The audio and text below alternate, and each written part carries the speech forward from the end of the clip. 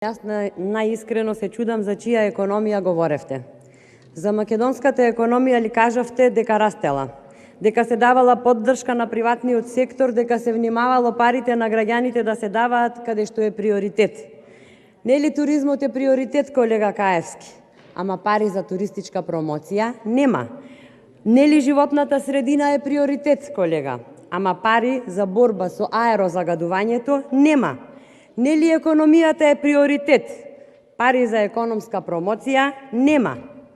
И ќе ви кажам кога се водеше реална грижа. Во 2012 година на барање од граѓаните и на слух од тогашната влада беа прифатени над 40 амандмани. Ама затоа пак овдека имаме 326.000 евра за промоција на меѓуетничките односи и уште 59.000 евра за одбележување на денот на албанската азбука. Доста солидни суми, колега, имајќи во предвид дека сме во секаква криза. Од тука се гледа кому владата му се умилкува и зошто. Понатаму, во овој предлог буџет има се, освен како ќе му се помогне на стопанството. Едно ќе ви кажам, без бизнис логика, размислувања и насоки кои би се преточиле во владини проекции и политики, ниту ќе се решат системските проблеми, ниту ќе порасне продуктивноста и само ќе си го сонуваме предвидениот економски раст од 4,6%.